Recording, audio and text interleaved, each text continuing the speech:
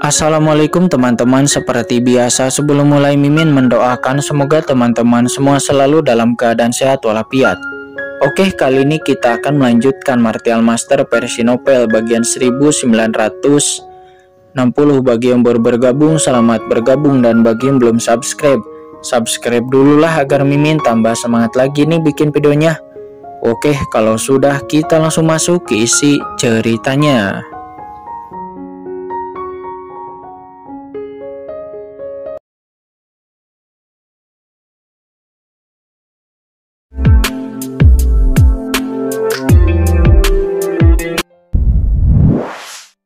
Kali ini, Qin-Chen segera mengaktifkan galaksi Netherworld di dunia kacau, dan dengan keras satu demi satu ikan cahaya bintang muncul dengan cepat.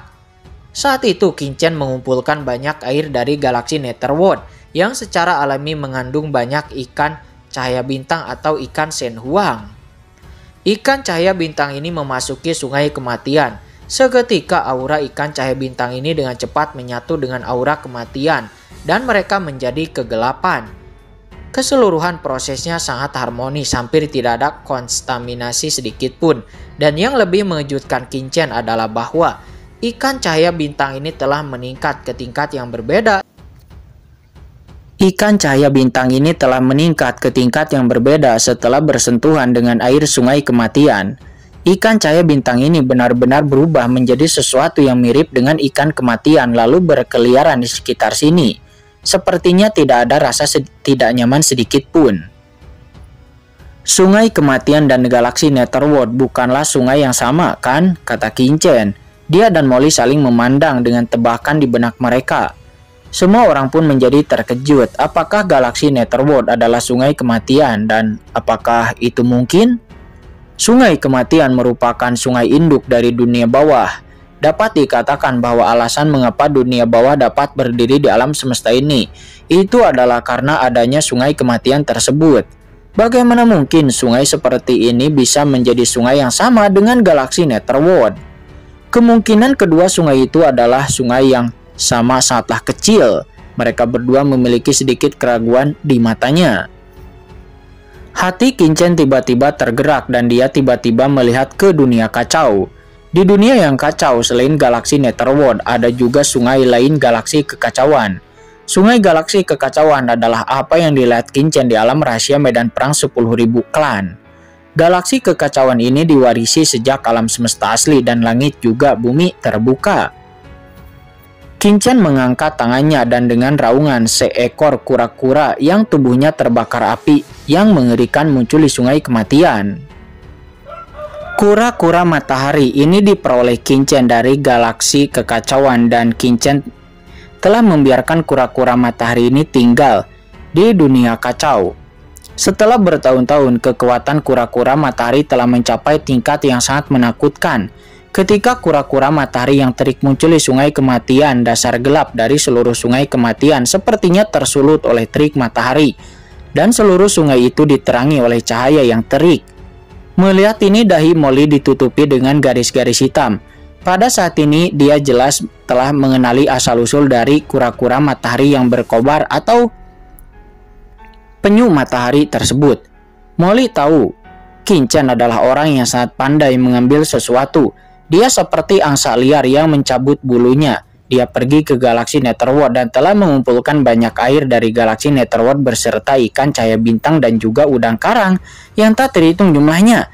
Dan sekarang Qin-Chen juga benar-benar mengeluarkan sesuatu dari galaksi kekacauan. Berapa banyak harta yang didapat orang ini selama pelatihannya? Akankah kita harus memotong sebagian dari sungai kematian yang panjang ini di masa depan? Memikirkan kembali laut mati di dunia kacau, Qin-Chen serta juga kekuatan laut bencana abadi dan kekuatan sungai mata air kuning, Molly terdiam dengan kebajikan Qin-Chen itu saat mungkin dia untuk mencabut sungai kematian yang panjang ini. Namun kemudian ledakan. Di saat kura-kura matahari muncul di kehampaan, aura menakutkan langsung memenuhi udara. Kura-kura matahari melihat ke sungai kematian di sekitarnya dan tiba-tiba menunjukkan ekspresi bersemangat. Aliran energi kematian yang menakutkan dengan cepat mengalir ke dalam tubuhnya dan api pada kura-kura matahari dengan cepat berubah menjadi gumpalan api dengan cahaya hitam. Nyala api ini menyala dan banyak ikan kematian di sekitarnya sepertinya merasakan hal ini, membuat napas mereka tersentak dan mundur ketakutan dengan panik. Di bawah pengawasan semua orang, aura dari kura-kura matahari juga meningkat secara gila-gilaan. Terdengar suara gemuruh dan dalam sekejap aura kura-kura matahari tiba-tiba mencapai ranah transendensi. Belum lagi bayangan samar kura-kura yang muncul di belakang kura-kura matahari itu berubah menjadi bayangan kura-kura yang sangat besar dan mencapai langit. Hanya dalam waktu yang singkat, kura-kura matahari telah secara samar menyentuh ranah transendensi tingkat kedua, yang mana terlihat jauh lebih menakutkan daripada aura di tubuh Xiaolong sebelumnya. Tuan, kura-kura matahari yang berkobar mengeluarkan pikiran yang samar-samar. Qin Chen pun mendengarnya. Itu sebenarnya menyapa Qin Chen. Baru saja Qin Chen hendak menjawabnya, namun tiba-tiba dia sepertinya merasakan sesuatu. Kura-kura matahari yang terik tiba-tiba berbalik dan berlari ke depan dengan keras. Suara mendesing di dasar sungai kematian. Kura-kura matahari secepatnya menghilang. Bayangannya dalam sekejap dan saat berikutnya, kura-kura matahari telah kembali kepada Qin Chen. Dan Qin Chen melihat dia sedang menggigit belut listrik yang panjang di mulutnya. Belut listrik itu berputar dan meronta-ronta dengan gila-gilaan dan tubuhnya melepaskan petir hitam legam menyerang kura-kura matahari sampai berderak. Jenis petir yang mengandung aura kematian yang menakutkan ini cukup untuk menghancurkan orang kuat di ranah transenden secara langsung. Tetapi petir itu jatuh kepada kura-kura matahari tanpa kerusakan apapun. Di tengah suara berderak, kura-kura matahari mengabaikan perjuangan belut listrik tersebut dan kura-kura matahari langsung menggigitnya dan menelannya di mulutnya menunjukkan ekspresi puas. Tuan, aku lapar, kata kura-kura matahari yang berkobar. Dia mengirimkan serangkaian pemikiran spiritual kepada Qin Chen. Tapi itu jauh lebih terampil dari sebelumnya. Sementara Xiaolong nampak dia bersembunyi di belakang Qin Chen. Bos, orang ini tidak akan memakanku kan, kata Xiaolong. Ekspresi Qin Chen mendengarnya juga saat ini membeku. Dia mengabaikan perkataan Xiaolong, tapi Qin Chen melihat ke arah kura-kura matahari, merasa tidak percaya bagaimana kura-kura matahari bisa menerobos dan dia mengangkat tangan kanannya untuk langsung menyentuh kepala kura-kura matahari itu.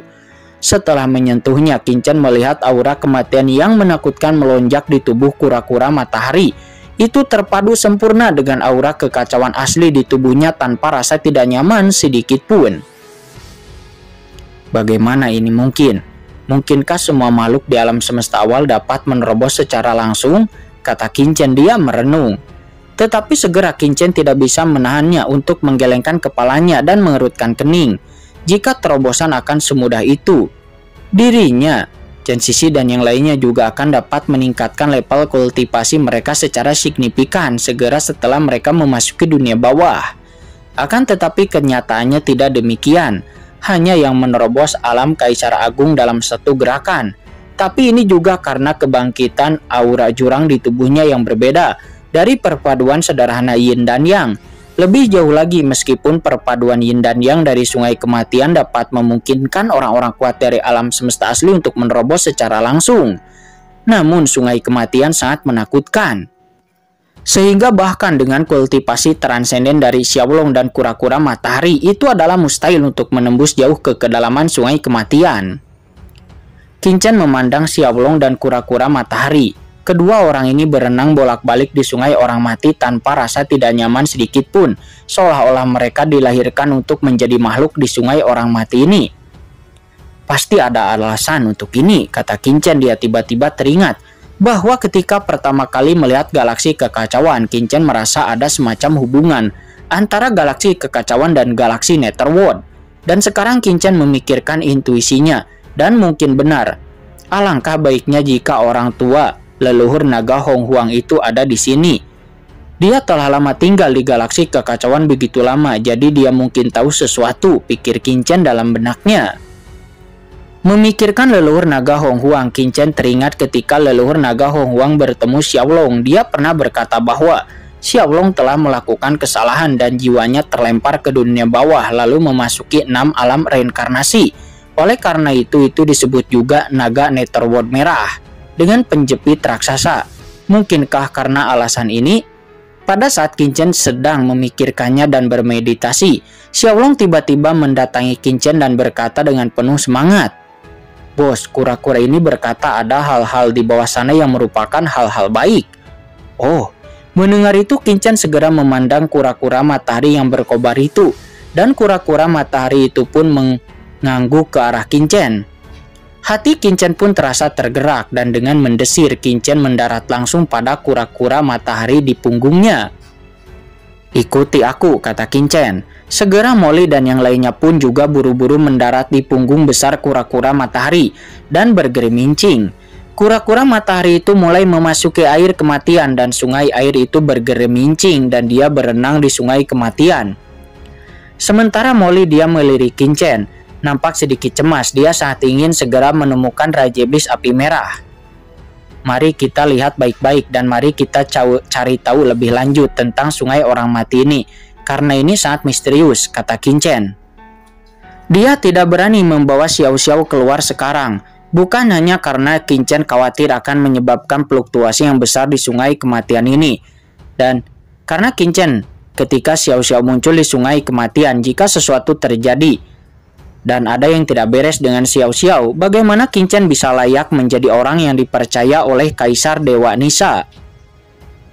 Ketika sosok kura-kura matahari sedang berenang di sungai kematian, namun yang mengejutkan Qin adalah bahwa kura-kura matahari sangat cepat. Itu jelas hanya tingkat kultivasi transenden.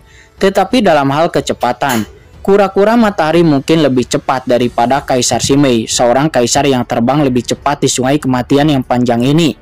Seolah-olah kura-kura matahari dilahirkan untuk tinggal di sini sepanjang jalan. Kura-kura matahari juga menemukan banyak ikan kematian dan juga monster kematian. Dia membuka mulutnya yang besar itu, tidak peduli apakah kultivasinya lebih rendah atau lebih tinggi daripada kura-kura matahari. Namun semua makhluk itu semuanya digigit oleh kura-kura matahari dan langsung ditelan olehnya. Hampir tidak ada jejak. Sementara Xiaolong nampak duduk di belakang kura-kura matahari itu dengan sedikit gemetar. "Bos, saudara kura-kura ini terlalu kejam," kata Xiaolong. Mengapa Xiaolong tidak menyadari bahwa ada teman baik di dunia kacau sebelumnya? Sementara Molly dia diam-diam melirik Xiaolong. Memang ada begitu banyak hal aneh di sekitar Qin. Meledak. Begitu pemikiran ini terlintas di benaknya, tiba-tiba terjadi gempa bumi di hadapannya dan sebuah joran muncul di sungai kematian di hadapannya. Di jalan tersebut, pusaran air hitam yang menakutkan muncul. "Apa ini?" kata Molly. Dia terkejut ketika dia melihat sekeliling. Molly melihat pusaran hitam ini memancarkan aura yang membuat jantungnya berdebar-debar. Begitu dia menerobosnya, maka dia pasti akan terluka parah.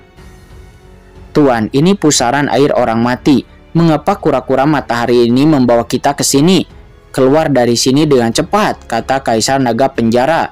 Dia terkejut di saat melihat pemandangan ini dan berkata dengan ngeri. "Pusaran air orang mati," kata Qin. Dia mengerutkan kening. "Ya, pusaran air orang mati. Ini adalah salah satu hal yang paling menakutkan di sungai mayat hidup.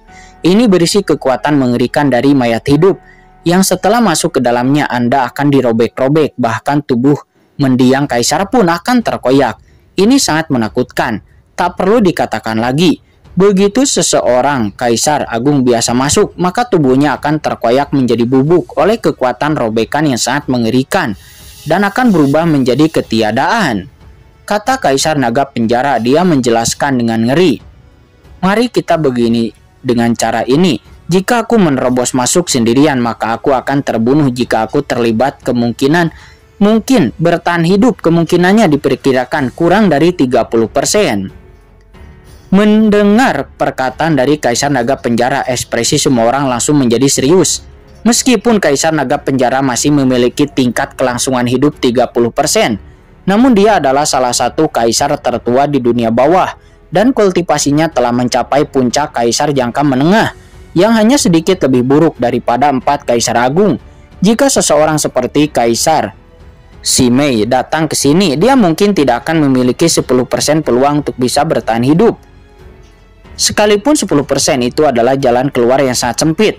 Hanya saja sudah terlambat ketika Kaisar Naga Penjara mengucapkan kata-kata tersebut. Saat ini kura-kura matahari yang terbakar telah membawa Kincen dan yang lainnya langsung masuk ke pusaran mayat hidup dan boom. Di celah pusaran tersebut, Kincen berkata, "Jangan gugup, percaya saja kepada kura-kura matahari," kata Kincen dengan sungguh-sungguh. Kincen tahu kura-kura matahari telah bertahan hidup lama di galaksi kekacauan, dan rasa bahayanya sangat luar biasa. Bagaimana mungkin kura-kura matahari bisa bergegas ke tempat berbahaya seperti itu dengan gegabah?